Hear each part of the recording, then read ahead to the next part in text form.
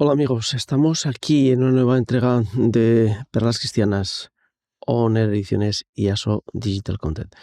Y estamos para lanzarles una idea que seguro les va a resultar interesante. Porque todos los que hemos vivido dentro del territorio español hemos podido ver dentro de nuestra catolicidad cómo el impulso misional ha sido impresionante. Impresionante de tal manera que se cuentan por miles las personas que tomaron la decisión de acompañar a la Iglesia allí donde prácticamente no había recursos materiales para poder subsistir.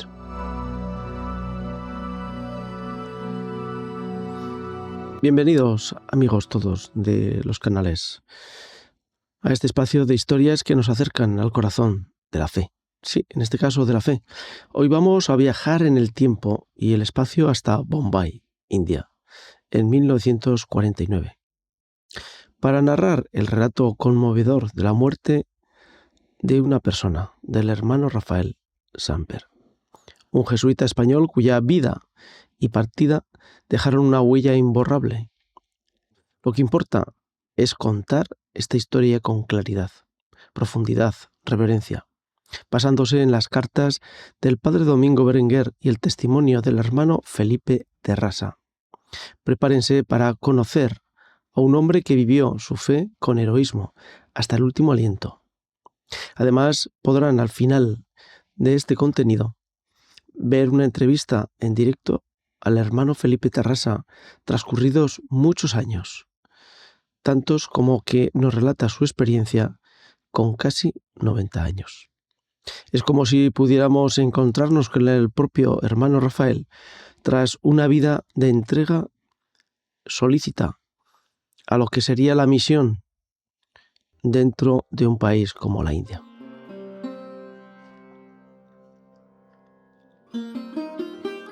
Imagina un día caluroso de octubre en Bombay. El aire está pesado, el sol quema y los mosquitos zumban en un coro que no da tregua. Es el jueves 27 de octubre de 1949 y los juniores de la Compañía de Jesús están disfrutando en un día de campo. Entre ellos está el hermano Rafael Samper, un español de 32 años que llegó a la India en diciembre de 1946, casi 3 años.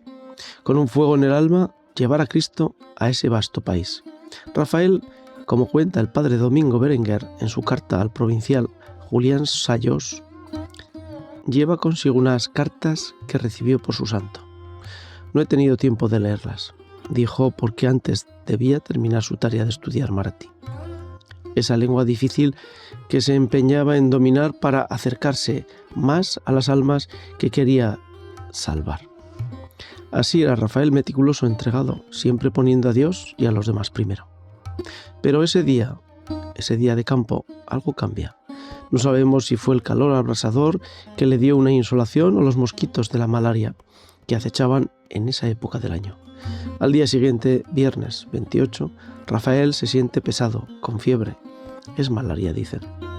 Aquí, en Bombay, no es raro. De hecho, otro hermano cae enfermo ese mismo día. El enfermero jesuita lo cuida con todo el esmero. Le da el tratamiento habitual, pero Rafael no evoluciona positivamente. Rafael se mete en cama el sábado 29 y todos piensan que es cuestión de tiempo para que se recupere. Pero la malaria no es un enemigo predecible. Pasan los días. El lunes 31 o martes 1 de noviembre, las fechas se vuelven borrosas en la urgencia. Rafael empeora. Felipe Terrasa, un joven jesuita que compartió esos últimos meses con él, recuerda que lo trasladaron a otro cuarto. No estaba grave, pero el ataque era más fuerte de lo normal, escribe. 4 hermanos lo llevan en brazos y Rafael, perdido en la fiebre, no los reconoce. Al anochecer, la fiebre baja un poco y él sonríe otra vez, como siempre hacía. Pero es solo un respiro. El miércoles 2, día de los difuntos, la situación se torna oscura. Rafael pierde el sentido, queda amodorrado. Horas pasan y no despierta. El hermano enfermero se alarma. El jueves 3, a las 2 de la tarde, el padre superior, que está de visita, decide administrarle la extremaunción. La comunidad se reúne con el corazón en un puño. El superior le susurra jaculatorias en castellano. Le da la absolución, la indulgencia plenaria. Rafael no responde, pero su respiración, pesada y entrecortada, dice que está en la lucha que no vemos. El médico llega y sentencia: hay que llevarlo a la clínica de Santa Isabel. Es una decisión desesperada. No se concentra hasta la tarde del jueves, cuando Rafael, acompañado por el rector, el ministro y el enfermero, entra en esa clínica regentada por las religiosas de la Cruz. Uno de los mejores doctores de Bombay lo examina: malaria cerebral violenta. Diagnostica. Donde el parásito ataca el cerebro. Haremos todo lo posible, promete el doctor, pero el tiempo se acaba. En la madrugada del viernes 4 de noviembre, primer viernes de mes, un día dedicado al Sagrado Corazón, a las 4:30, mientras la ciudad duerme, Rafael entrega su alma a Dios. Tiene apenas 32 años, 3 de ellos vividos en la India con una intensidad que parece imposible.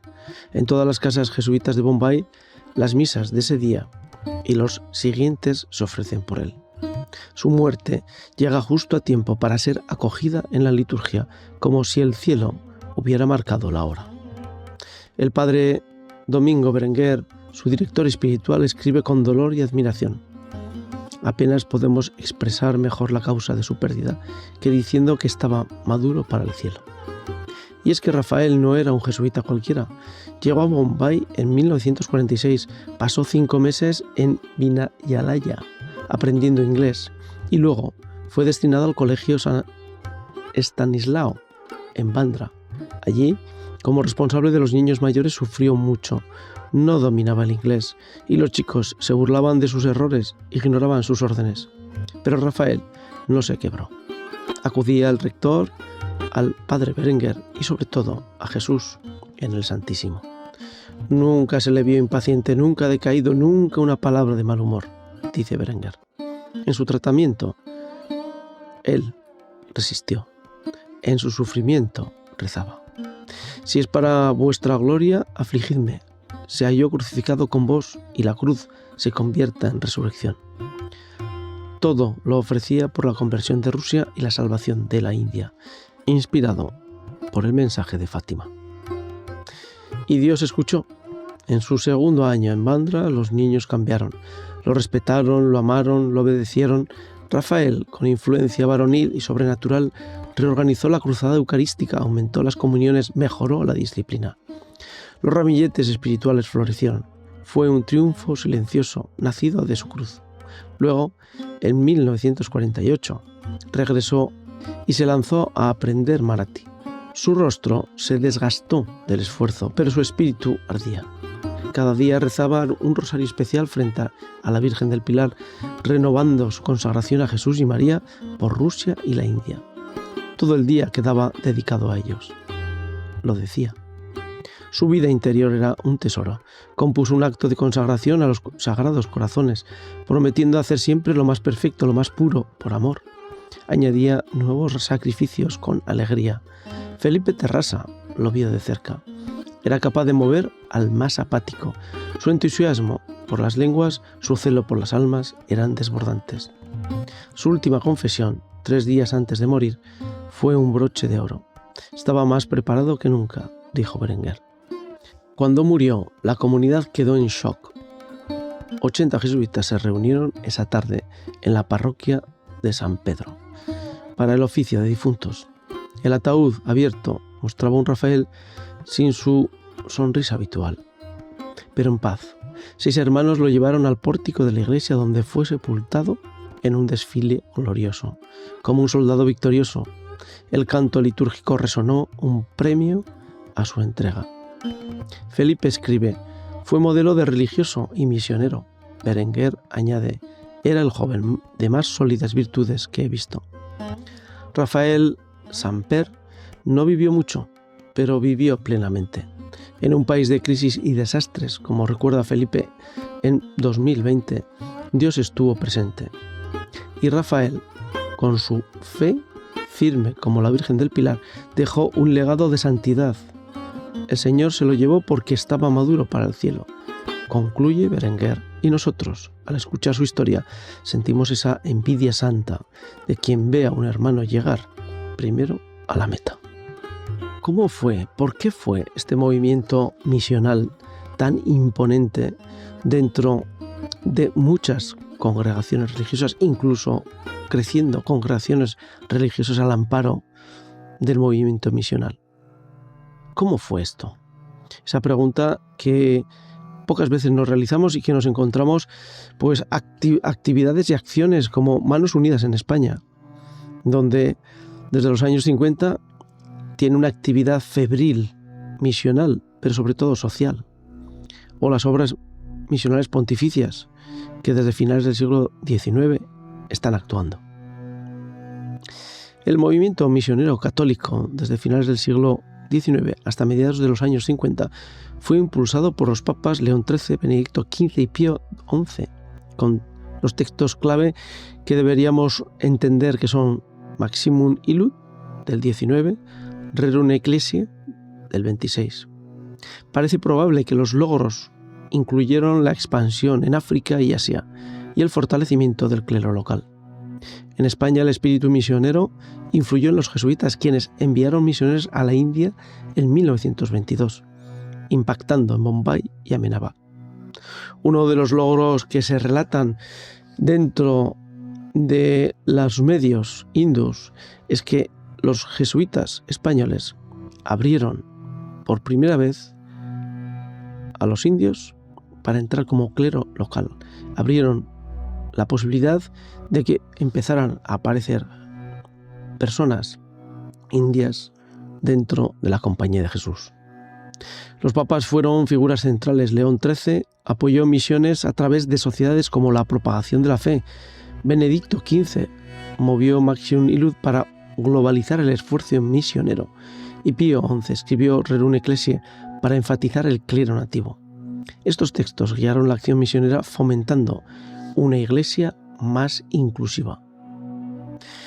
En España, en 1929, con la presentación universal, se realizó una acción misionera y un congreso misionero especial. La evidencia apunta a un crecimiento significativo en regiones no europeas, con misiones que establecieron iglesias locales, escuelas y hospitales, promoviendo la inculturación y el desarrollo social. Se duplicó el número de misioneros durante el pontificado de Pío XI. Pero, ¿qué relación tiene España y la misión en la India?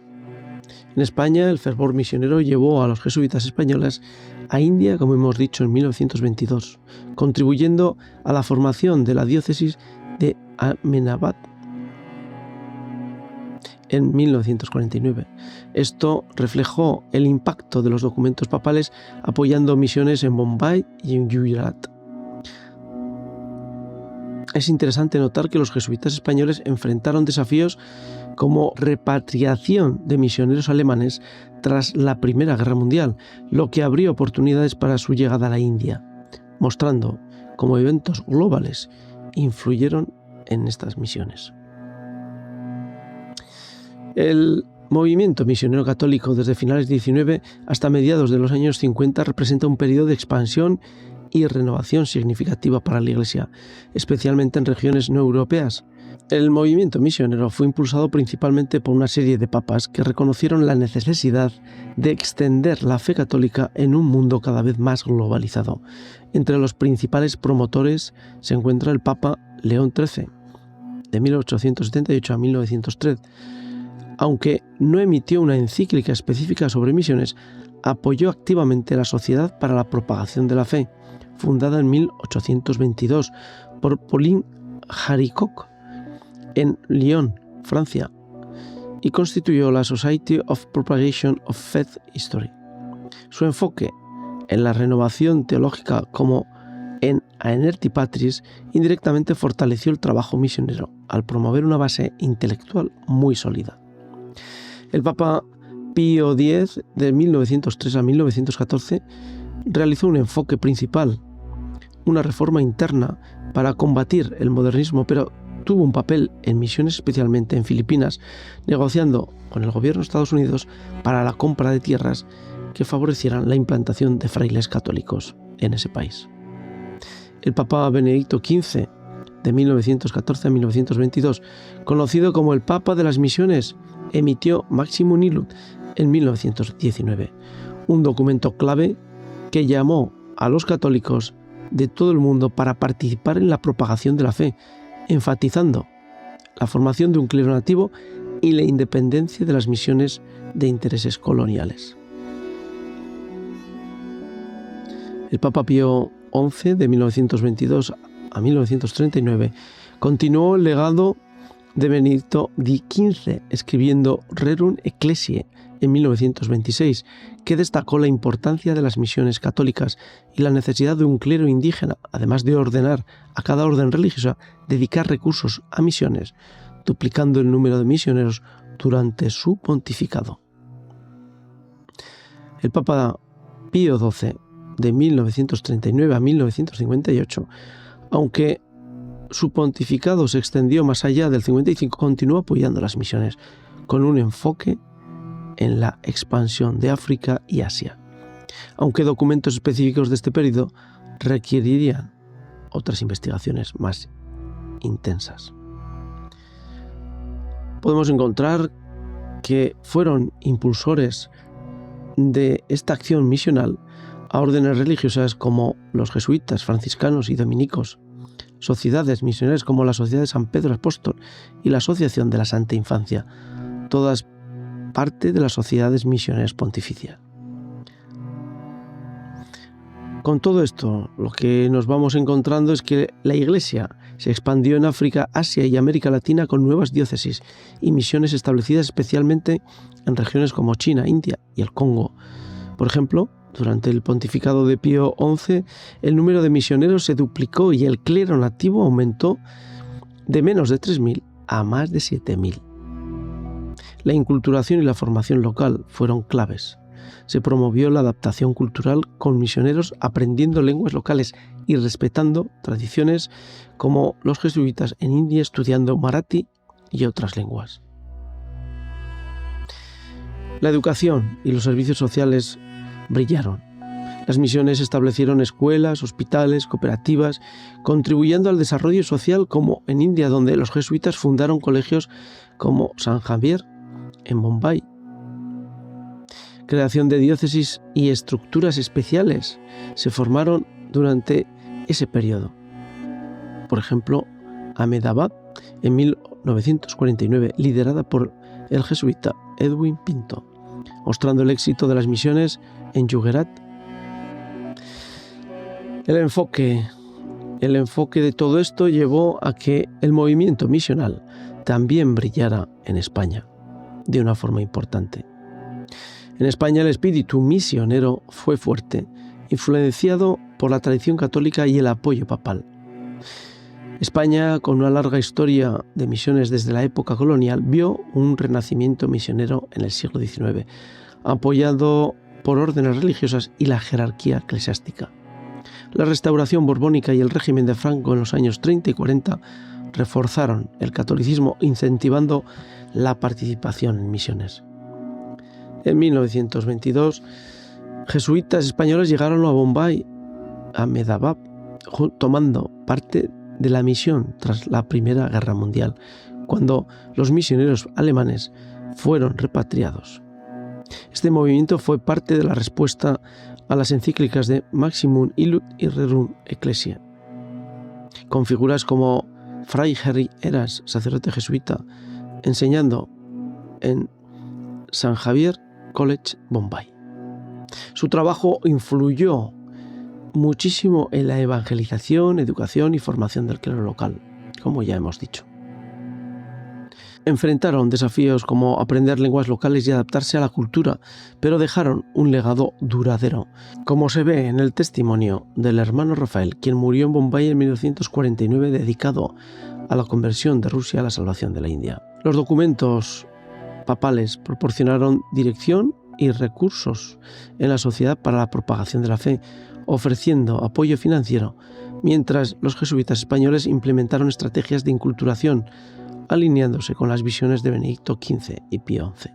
En conclusión, el movimiento misionero católico de este periodo fue un esfuerzo global liderado por la jerarquía papal, con logros significativos en la expansión y la inculturización, y un impacto notable en España, donde los jesuitas españoles jugaron un papel crucial en la misión de la India, reflejando los ideales de los propios documentos papales y dejando, como hoy se ve, un legado duradero. Les dejamos con la entrevista al hermano Felipe Terrasa, que es vivo reflejo de la acción misional de todo un ejército al servicio de la Iglesia, pero sobre todo a la difusión para la salvación de las almas. Difundir el Evangelio y acercar a Cristo a todo hombre de la tierra. Hasta la siguiente, aquí en los canales amigos de Perlas Cristianas, ASO Digital Content y Honor Ediciones.